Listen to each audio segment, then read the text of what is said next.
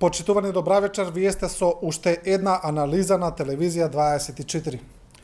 Ако на македонските граѓани им недостасуваат пари или подобри здравствени услуги, сигурно не им недостасува политичка неизвестност, тензии и одговорност од политичките лидери.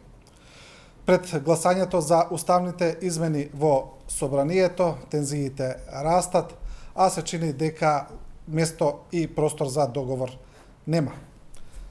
Денеска се одложи за утре, нема да има расправа во собранието, таа ќе продолжи во петок, дали ќе се гласа во петок. Ќе видиме на опозициите на двете главни партии, од власта и опозицијата се непоместени и по последната изјава на лидерот на ВМРО ДПМН дека никаков простор за договор нема, дека за него Преспанскиот договор е мртов и дека од тука може натаму да се разговара со премиерот Заев. Вечерва за ова ќе разговараме со нашите гости. Тоа се Благојче Атанасовски, политички аналитичар, Петар Колев од Граѓанско-демократската унија, председател, и Сефер Тахири, исто така политички аналитичар и колега новинар. Добра вечер на сите. Почнуваме со најновиот развој на настаните, тој е одговорот на лидерот на ВМРО ДПМН Христијан Мицковски на американскиот заменик државен секретар Вес Мичел, на неговото писмо. Христијан Мицковски одговори со свое писмо, го прочитавме, за некои изненадувања, за некои не. Атанасовски, што видовте во одговорот на Мицковски? Реафирмирање на неговиот цврст став, може би обид за пазарење, или, како што некои велат, губење на допир со реалноста? Па, веројатно господинот Христијан Мицковски, како лидер на опозицијската ВМРО ДПМН, со повратното писмо, односно писмото одговор до Вес Мичел, сака да создаде пред се во својата политичка партија една кохезивна енергија, со оглед на тоа што во партијата во изминатиот период за време на референдумската кампања, пред референдумот и после тоа имавме, да речеме, дисонантни тонови од високи партиски функционери. Следејќи реториката на господинот Мицковски, веројатно и самиот Мицковски како лидер на опозицијската ВМРО ДПМН се спрема за евентуални идни предвремени парламентарни избори, па му треба веројатно едно такво писмо за подигнување на моралот и борбениот дух кај неговите сопартици, неговото членство и неговото симпатизерство.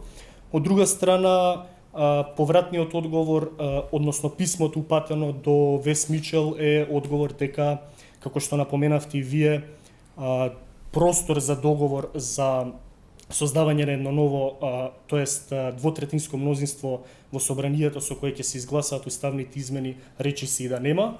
Доколку се случи во изминативе денови да видиме дека нема да се случи таков договор со кој ќе се постигне двотретинско мнозинство за отварање на процесот на уставни измени, тогаш единствена опција за излез од оваа ситуација ќе бидат брзи предвремени парламентарни избори со скратен рок од веројатно 45 дена за организирање на истите, но се надевам дека и господинот Мицковски и господинот Заев како клучни фактори на политичката сцена во Република Македонија ќе смогнат сили да ги надминат своите тесни партиски интереси, односно да застанат заедно, да разговараат за иднината на Република Македонија, бидејќи се наоѓаме во клучни историски моменти, во една пресвртница за нашата држава и нашите граѓани, и се надевам дека ќе се постигне едно разумно решение со кое нема да се отвори нова политичка или парламентарна криза, бидејќи, како што знаеме, ние во изминативе неколку години преживеавме тешка политичка криза, која траеше неколку години, истата имаше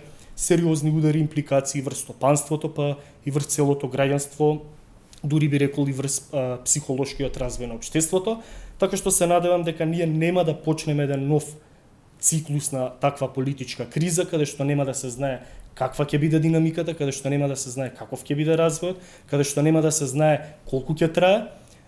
Се надевам дека политичарите и политичките елити ќе седнат на маси, ќе... Добро, ова се некои од опциите за кои ќе разговараме вечерва, веќе ги напоменавте, токму тоа се, значи, некои од прашањата.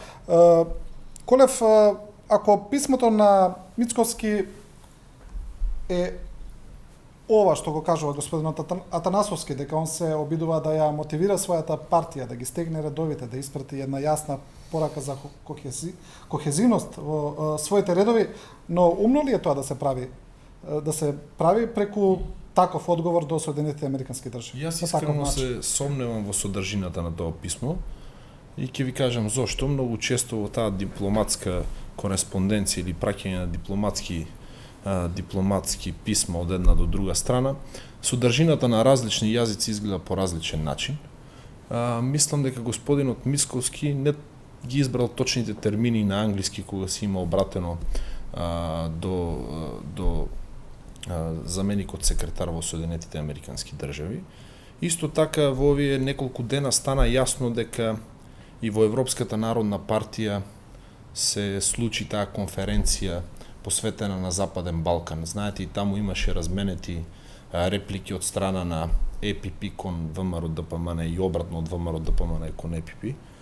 Но како човек кој што последните неколку години имал така можност да работи со неколку европартеници и имам некакво искуство во таа работа, најискрено можам да ви кажам дека со огромно нетрпение го чекам денот кога пример Александар Николовски со рака на срце ќе застане пред македонската јавност и ќе ни цитира што точно не што разговарал со Европската народна партија, а што слушнал од Европската народна партија, бидејќи многу е лесно да некој да се обидува да пумпа мускули и да продава популизам во Република Македонија од гледна точка на внатреполитничка конзумација и билдање на рейтинг, но малку работиве кога ќе има такви официјални писма и официјални средби во Европската унија и со Соединетите Американски држави не изгледаат баш така како некој што сака да ни ги представи.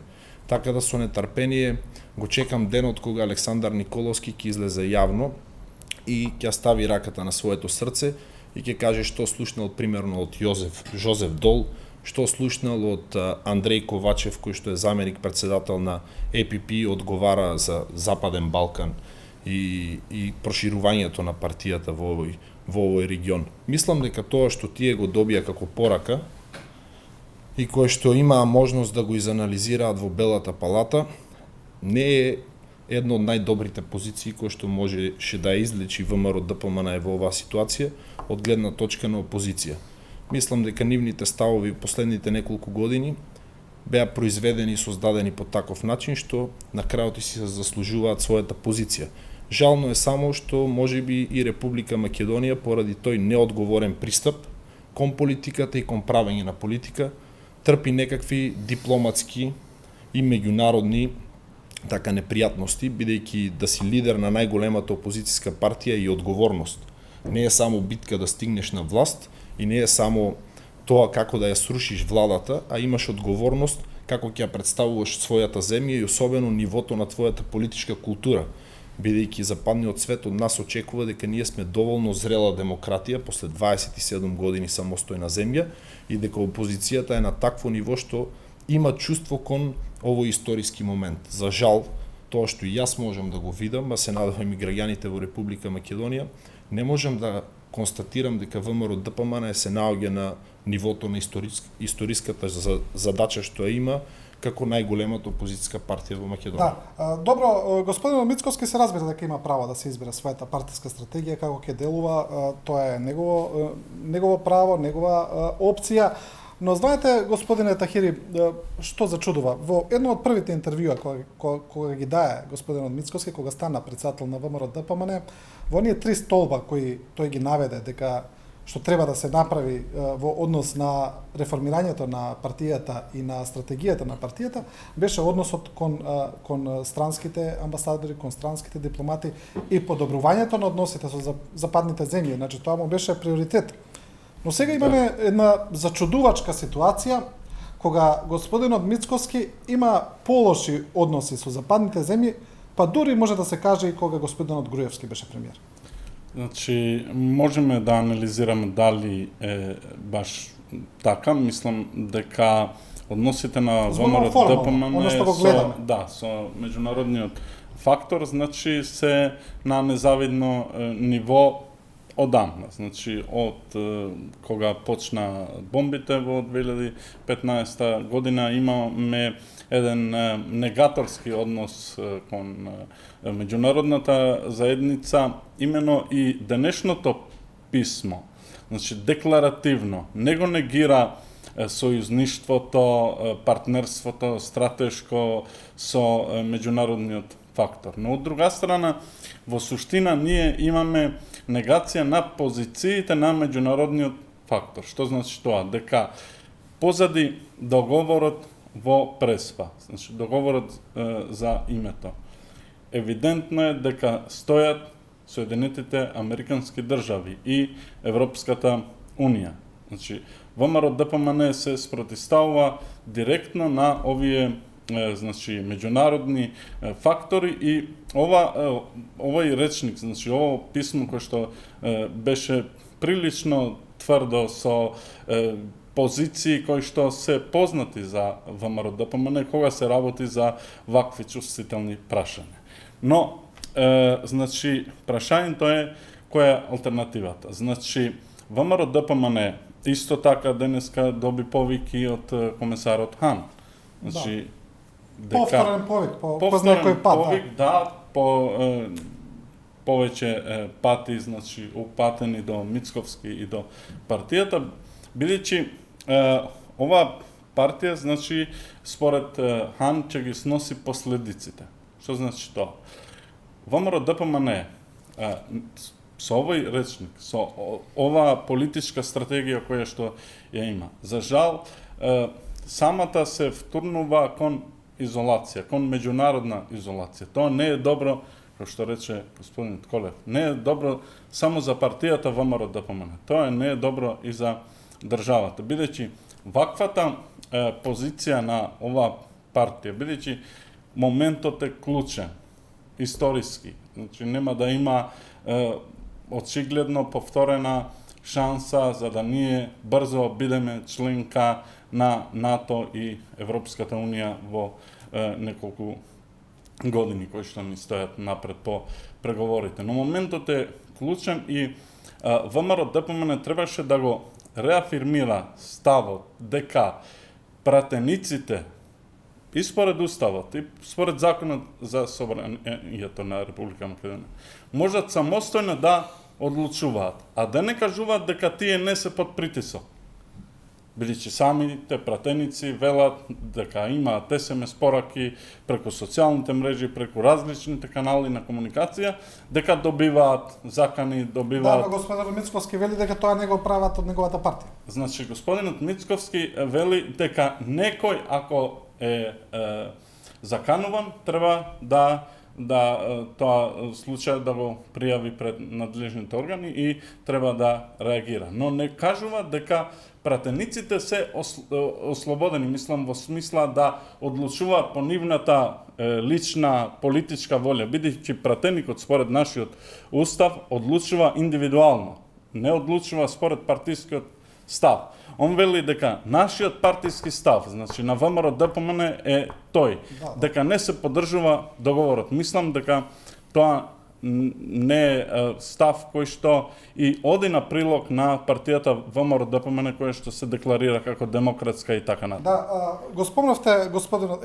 еврокомесарот Хан, тој неколку пати прати такви пораки, прати и високата представничка Могерини, прати речиси сите меѓународни представници.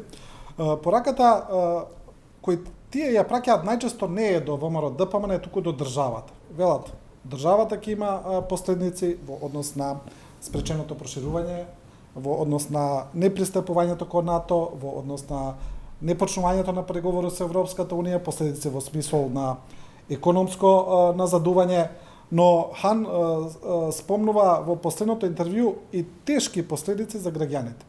Значи, може да се предпостави, но тука може да влезе и визниот режим, може и некои други работи.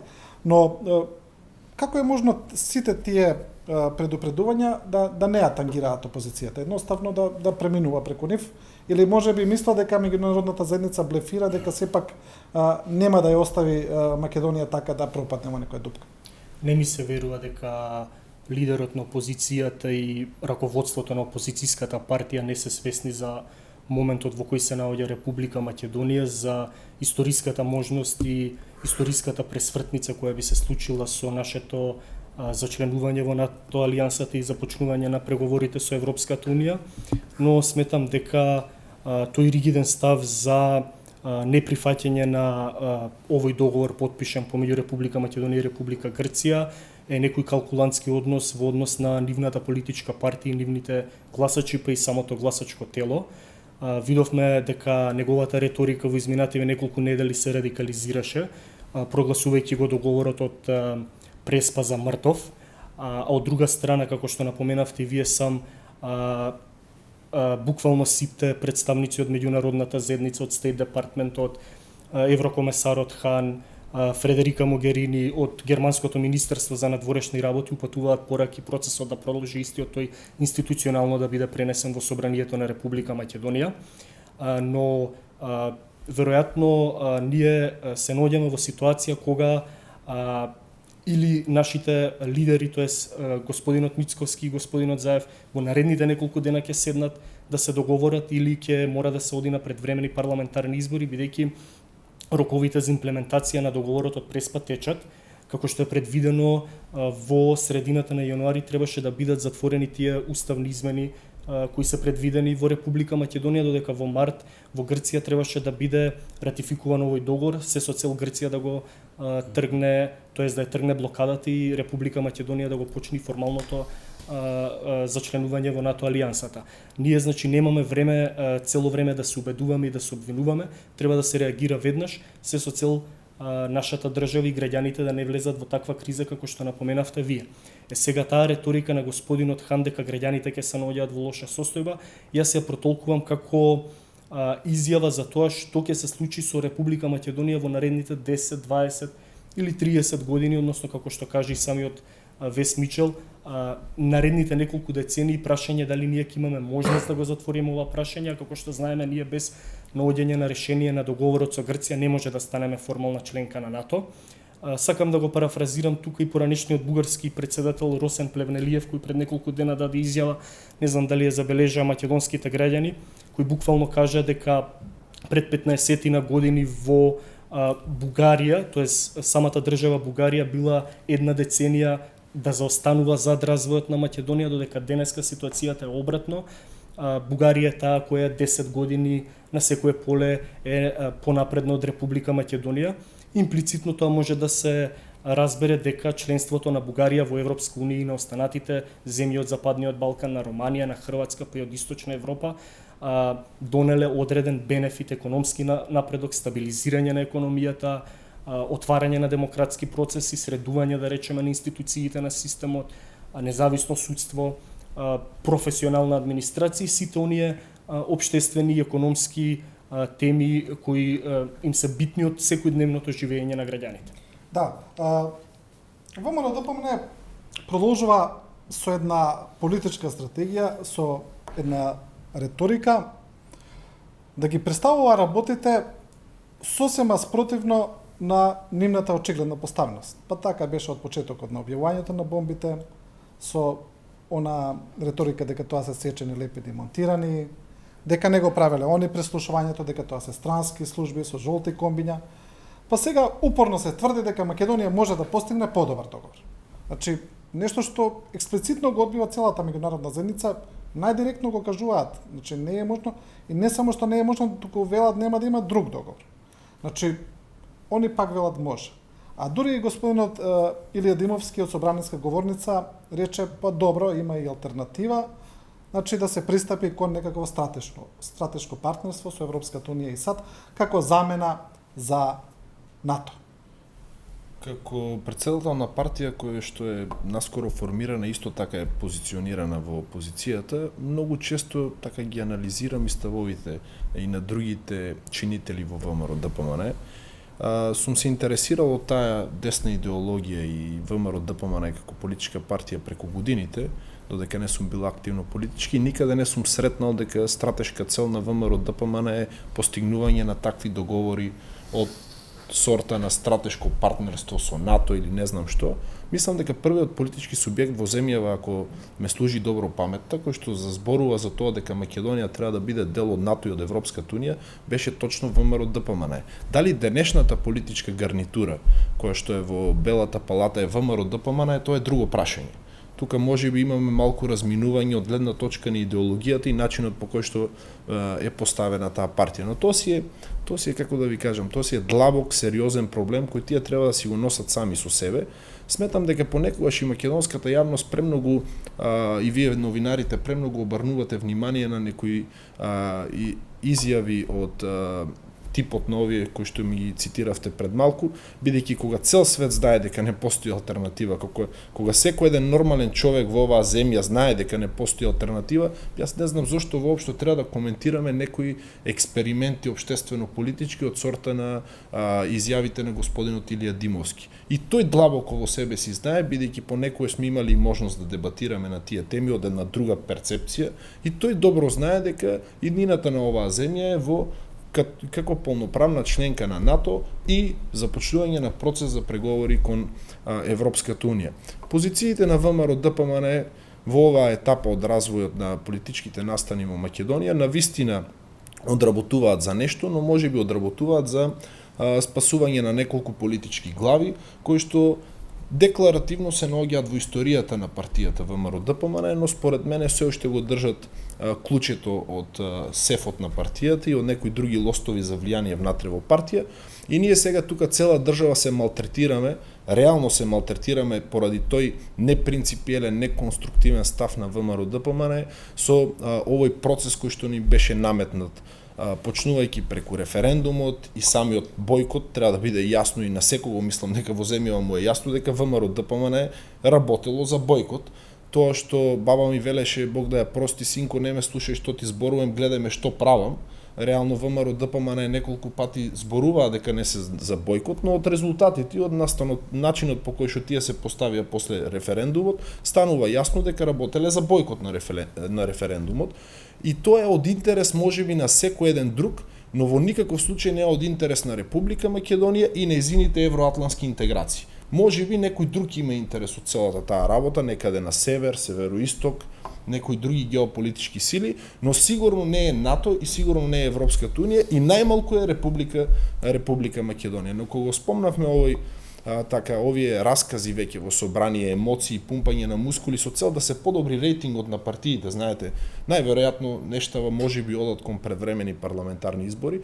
Јас овде би го анализирал и позицијата на премиерот Заев и на владата, зошто воопшто дозволија да се стигне до една ваква ситуација, тоест нештата да стигнат до собрание. Повеќе од јасно се резултатите од референдумот и повеќе од јасно е дека 610 илјади граѓани биле за, другите биле против, не е исполнет цензусот во ред. Во една таква ситуација кога на референдум и внатре во парламент е јасно пред време дека не може да биде постигнат политички консензус, мандатот се враќа кај граѓаните. Тоа што и беше наша позиција веднаш после референдумот е потребата од брзи предвремени парламентарни избори. После 17 дена од тогаш, 18, не можем денешно или во петок, ако бидат распишени изборите, да ги наречам брзи парламентарни. Сакав друга тема да ставам да изанализираме, бидејќи не сум слушнал некој друг да анализира од гледна точка на тоа што е нерешено помеѓу власт и опозицијата. Требаше да влеземе во еден процес на преговори во собрание, за да можеме да стигнеме до тоа да биде изгласани уставните промени. Повеќе од јасно се позициите и на едните и на другите. Повеќе од јасно е дека СДСМ има потреба од поддршка од опозицијата. И тоа значи опозицијата да гласа за имплементација, за отварање на уставот и гласање на самите промени од уставот. Но што добива опозицијата? Јас не знам зошто премиерот Заев или некој од неговиот тим го посоветувал дека во ВМРО ДПМН има толку големи патриоти кои што така просто поради една огромна љубов кон Македонија ќе ги изгласаат уставните промени. Јас не верувам дека луѓе кои што имаат по неколку процеси, повдигнати од СЈО и од ЈО и веќе има некои од нив имаат пресуди, ќе бидат толку големи патриоти, толку многу разумни во овој процес, што просто туку така ќе излезат и ќе ги поддржат промените. Можеби и премиерот Заев очекувал да влезе во еден таков во еден таков такт во собрание и да почне тој така наречен партиско-политички пазарлак. За жал, сето ова почнува да наликува на едни други нешта, на едни други вредности, кои што е многу далеко од европските вредности за кои што ние повеќе од 2,5-3 години зборуваме во нашето општество. Сметам дека кога зборуваме за тие европски вредности, освен тоа да ги промовираме декларативно, е крајно време во Република Македонија политичарите да се обидат да дадат малку и личен пример. Што значат тие европски вредности преку своето лично дејствување. И ова што денеска се случува во собранието на Република Македонија, на мене многу повеќе ми личи на оние традиционални балкански вредности, каде што многу често добивавме гол со глава или гол со пета, отколку на европските вредности и текот на европската политика, кон која што ние сите декларативно се стремиме, но ВМРО ДПМН е активно одработи за да ја бойкотира. Да, во писмото на господинот Мицковски постои таа теза, каде што он целата одговорност ја префрлува врз власта, но не толку наивно. Не тоа толку онака еден обичен политички памфлет, туку тој вели: власта не го испорачала тоа што ветила дека ќе го испорача. Тие ви ветиле дека ќе го направат договорот, дека тој ќе помине, но тие не успеа во тоа и ние не сме виновни за тоа. Тие не консултираа, не прашаа, не викна во тек на преговорите.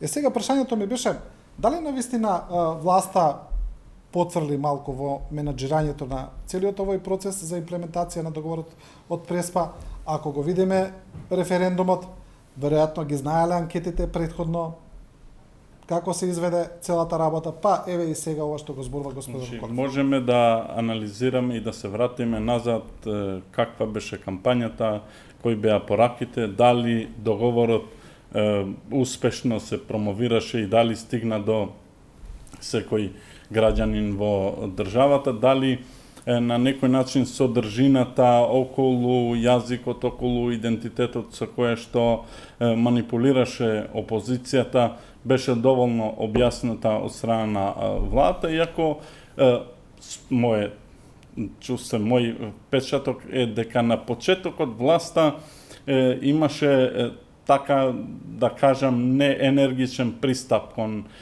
анимирањето на граѓаните, иако во последните 2 недели мислам дека тој процес поефикасно, поефективно се реализираше. Но прашањето е сега сме дојдени во ваква ситуација. Имавме референдум во кој што имаше легитимитет од страна на граѓаните за договорот од Преспа. Нормално тој легитимитет не е комплетен, не е чист, не е од формална гледна точка, не е, значи, на некој начин исполнет целиот легитимен процес. Но, исто така, знаеме дека една од заложбите на власта во текот на референдумот беше дека без разлика која ќе биде волјата на граѓаните, одговорноста ќе се пренесе во институциите, тоест во парламент.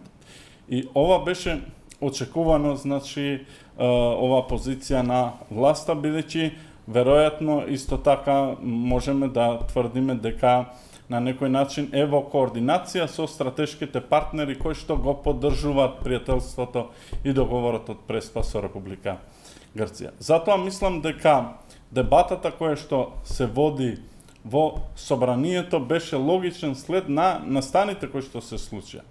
Инаку, и според мене, значи, дента кога се случеше референдумот, значи, власта да беше убедена дека има појака позиција во однос на опозицијата, можеби велам, пак треба да се провери тоа, ако настапуваше со идејата да се оди веднаш на предвремени парламентарни избори, сигурен сум дека во овие денови незината позиција ќе беше многу јака кај електората. Дебатата која што се водеше во собранието, која што исто така наликува на политички маркетинг, таму има и многу политички фолклор, има и такви идеи кои што ги спомна, кои што се нереални. Бидејќи и господинот и партијата знае дека такво партнерство е невозможно во моментот. Значи во моментот, возможна позиција на Република Македонија е да успее, односно да се усвои договорот од Преспа. Прашањето е како и дали изјавата на господинот Заев во собранието во неговиот договор може да се толкува како амнестија или пак е амнестија или не е амнестија. Значи, дали може таа да звучи таква.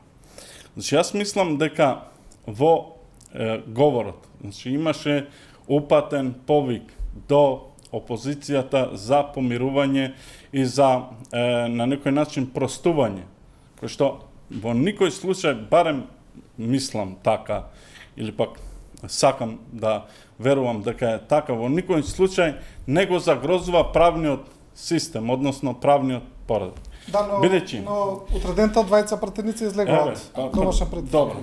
Значи, да, само да завршам со идејата, што некако таква случајност за наши прилики би била. Еве што се случува. Значи, ние сакаме да се интегрираме во Европската Унија и во НАТО, за да имаме правен систем кој што е во служба на граѓаните, за да имаме правда, за да имаме ефикасен судски систем, за да имаме независно судство и за да имаме казнивост на делата кои што се случиле. Што ќе ни е Европска Унија и НАТО, ако овој систем го нарушуваме и правиме ерозија директна, политичка, партиска и така натаму. Тоа е суштинско прашање, да. Значи, тоа е дилемата. Дали ни треба ЕУ и НАТО без правда или пак ни треба правда за да стигнеме до ЕУ и НАТО. Знаете ли, ако ми дозволите само да се надоврзам во таа насока. Мене тоа ме вознемирува.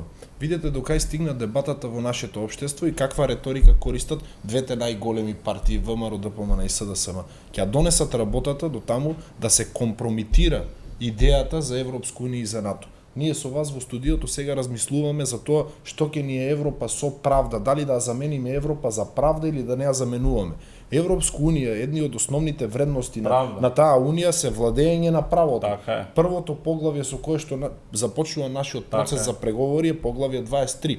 Тоест, нашиве политичари, сакајки да направат, и јас не знам што точно, нашиве лидери, и премиерот Заев, и господинот Мицковски, ја донесоа работава до таму граѓаните да се чудат дали овој пат е правилен за Република Македонија. Тоест, со нивните постапки, секој ден, влегувајќи се подлабоко и подлабоко, ја компромитираат идејата за Македонија полноправна членка на НАТО и на Европската унија. Затоа ние предложивме, уште на денот на референдумот, распишување на избори. Но, бидејќи времето поминува, и денеска веќе се поминати близу 20 дена од тој момент, претходниот ден излеговме со соопштение со кое што се обидавме пак да помогнеме и да предложиме ново решение. Бидејќи за нас и за мене и за ГДУ е многу важно да успее идејата за Евроатлантска Македонија. Само така ја гледаме иднината на оваа земја.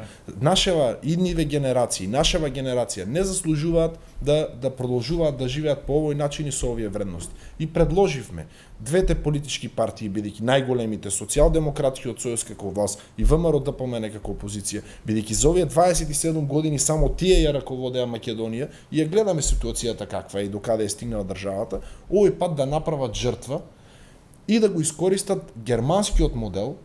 Тогаш кога Германија беше на крстопат, левицата и десницата направија широка влада со цел да исполнат определени моменти од програмата на Германија, за да не испадне Германија во политичка криза. Што имам конкретно во предвид? Нашиот предлог што содржаше? Да направат влада со широка коалиција, се разбира може да биде со некој друг премиер, да не биде од левицата или од десницата. Таа влада да има 6-месечен мандат до наредните избори кои што се претседателските избори во Република Македонија и за тие 6 месеци да заврши 3 основни приоритети. Првиот приоритет е да се имплементираат потребните промени уставни за прифаќање на договорот со Грција и да се затвори тој процес. Паралелно со тоа да започне процес за попис и за прочистување на избирачкиот список во Република Македонија, бидејќи стана јасно дека граѓаните во оваа земја немаат доверба во овој избирачки список и податоците кои што се наоѓаат во него. И трето, да започнат промени за промена на изборниот модел во Република Македонија. Зошто промени во изборниот модел? Вие сами можете да видите дека интересот на граѓаните на оваа земја да учествуваат активно во земање на политички решенија, вклучително и на самиот референдум, нивниот интерес и активност е падната. Секоја година интересот на граѓаните се намалува во таа насока. Тоа значи дека овој изборен модел и начинот по кој што граѓаните ги избираат своите представници е исцрпен од содржина. Ние преку целото време зборуваме за Европа, зборуваме за европски вредности, за Европскиот парламент, но не сакаме да погледнеме како европјаните примерно си ги избираат своите представници в парламент. Како ги избираат тие? Една изборна единица во соодветната земја и листите за европратеници се отворени.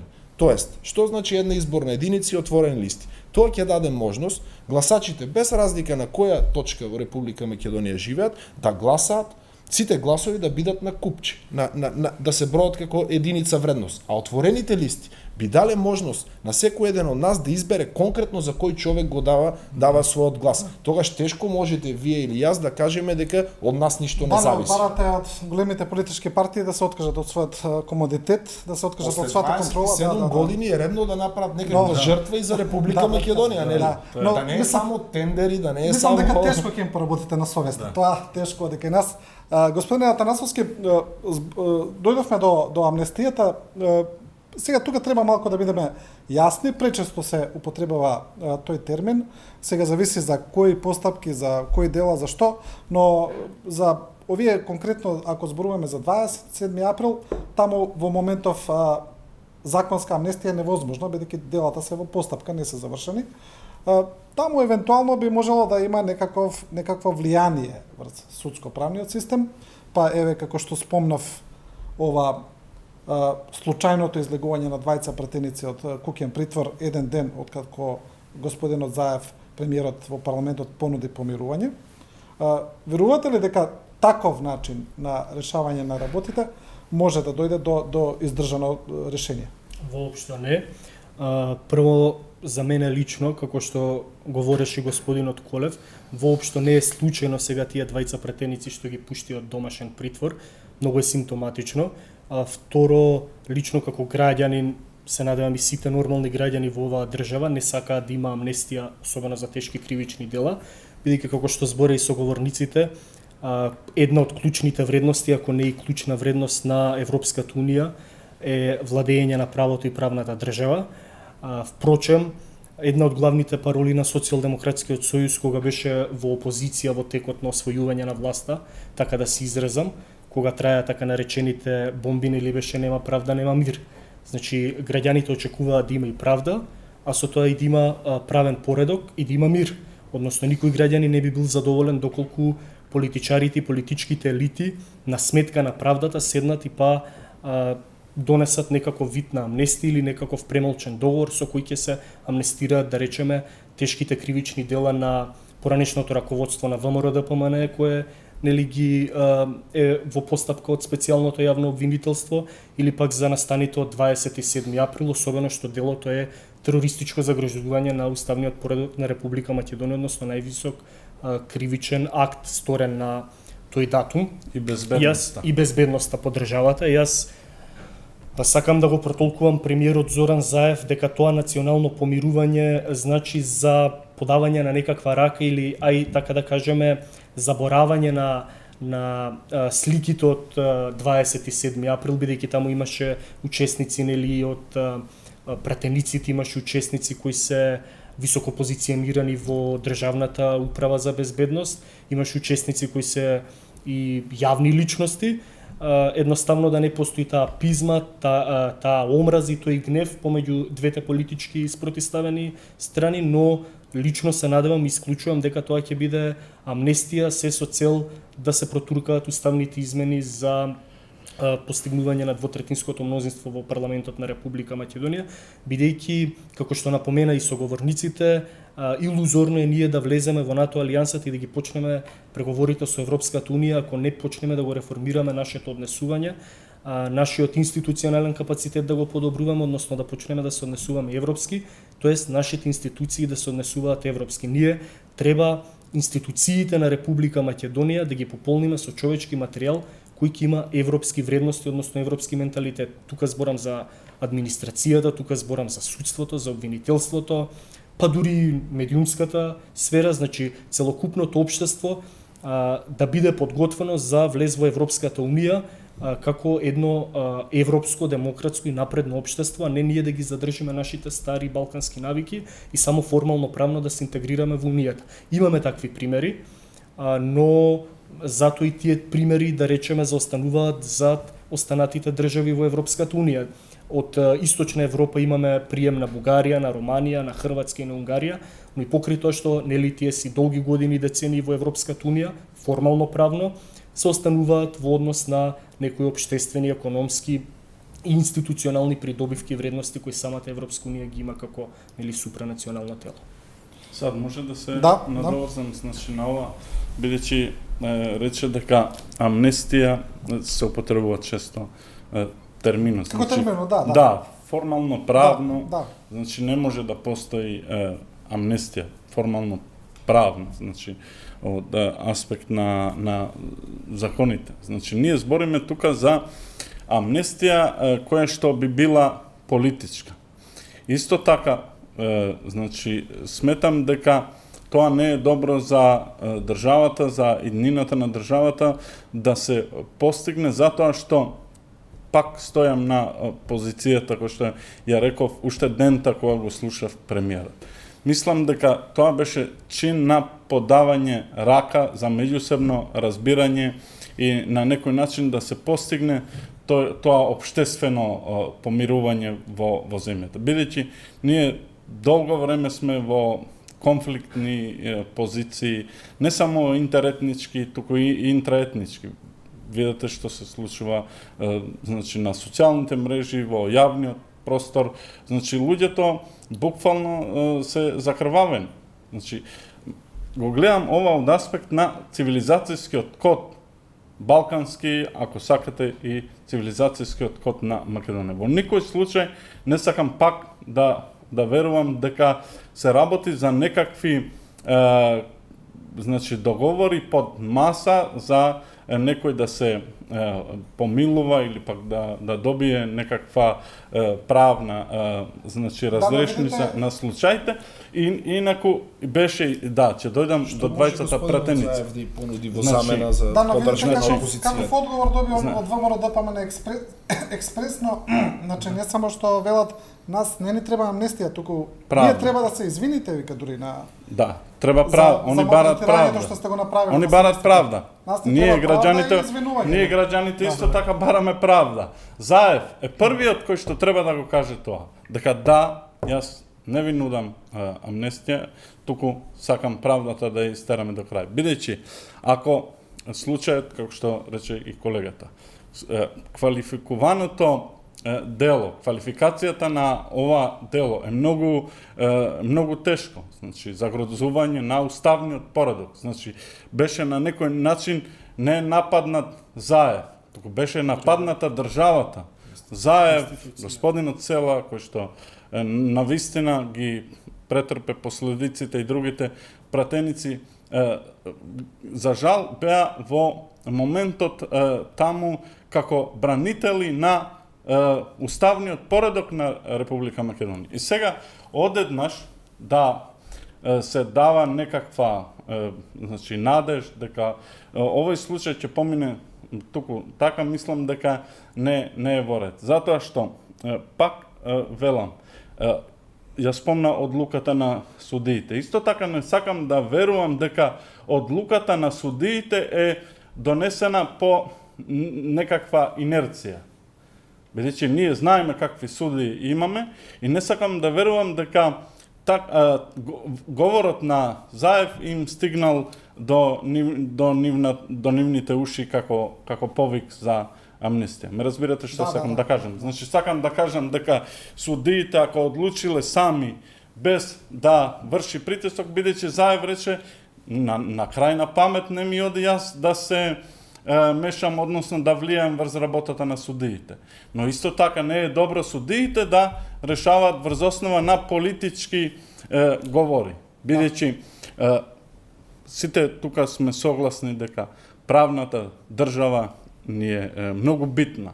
Јас исто така сметам дека ако дојде до двотретинско значи мнозинство во собранието, тие пратеници нема да бидат овие за кои што се зборува, значи кои што се засегнати од случајот, односно од настаните на 27 април. Туку верувам дека се некои други совесни, колегата ги нарече патриоти, пратеници, кои што се издигнуваат над партиските и над имагинарните етноцентрични За 27 интереси. години дајте ми Туку. друг пример македонски парламентарци кои што постапиле Значи, така. Значи, Добро, повеќе од јасно е Значи, дека можам тече да ви процес давам на два пазарлаци, примера и тоа е тоа. во 2000-та година по излегувањето на демократската алтернатива, околу 7 до 8 пратеници на партијата за демократски просперитет ја поддржаа владата на Љупчо Георгиевски.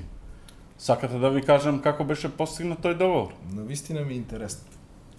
Па предпоставувате. Да, јасно Под ми е. маса. Не би сакал Значи, овој пат, кога станува имаш- збор за евроинтеграцијата на нашава земја, Така е, не би сакал така. да користиме балкански лостови за решавање на политички истото го збориме. проблеми. Исто- Еднаш за секогаш ајде политичарите нека Така бидат на бидејќи висината се- на задачата. Бидејќи произведуваме криминалци, Само нови и така натаму.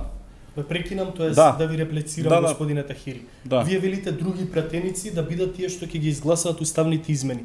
А проблемот е тоа што Преспанскиот договор е поставен договор со одредени рокови кои течат и ние сме во еден вид на цајтнот.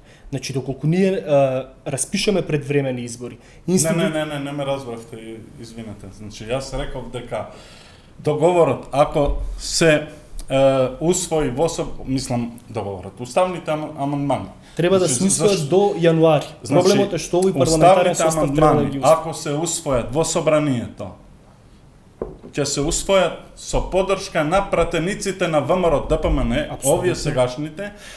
Значи, може да биде некој од тие кој што е засегнат од делото за 27 април. Но верувам дека ќе има совесни, демократски настроени. Многу идеално звучи. Значи, Да, многу идеално звучи. значи, Видете, јас- само реториката. Јас немам, Луѓе кои што имаат по неколку години Значи- за лежење затвор, ние очекуваме од нив да Значи- бидат одговорни кон државноста, кон државата, значи да не ги идеализираме работиве, значи, сепак не ги идеализираме знаеме како работите. стојат работите Јас во Македонија. сакам Иначе да јас верувам. би сакал да се случи како вие Значи, што мислите. сакам да верувам дека договорот ќе успее во собранието, ако Сите успее. сакам. И јас сакам да успее, сите се сакам. разбираме. Иако шансите се мали, пак повторувам. Но која е Јас не- цената? Добро, цената Само ќе платиме сите. да ве прашам, Значи, ве да. разбирам. Вие сакате Да. да кажете дека има нели совест во одредени пратеници кај Не. пратеничката група на Ако ВМРО има, ДПМН. значи вака сакам. И да има совесни пратеници. Значи, Видете реториката ако на помине членството договорот, и симпатизерството на ВМРО Значи, ДПМН. ако помине договорот, велам дека нема да помине како резултат на На договор амнестија. под маса за амнестија на пратеници кои што директно се засегнати од случајот 27 април. Добро, се надеваме сите дека е така. Значи, бидејќи ако тоа се случи, листингот ќе излезе. Ако тоа се случи, мислам Тогаш дека джабе ни Европската унија и джабе мислам ни дека интеграцијата во НАТО. збореше Ги и губиме Колев, европските односи. зборавме и ние сите тука кои што сме збори народот. Што ќе се случи истиот случај во кој што зборав во 2000-та година. Мислам дека ние треба да се ослободиме од таквиот начин, бидејќи тоа е буквално кажано криминализација на политиката. Влегуваме уште во подлабоки води на криминализација на Останете со таа политиката. мисла, ќе продолжиме имаше сега реклама. за другите опции, ми сигнализираат од режијата дека мора да направиме кратка пауза за реклами. Останете со нас, се враќаме брзо.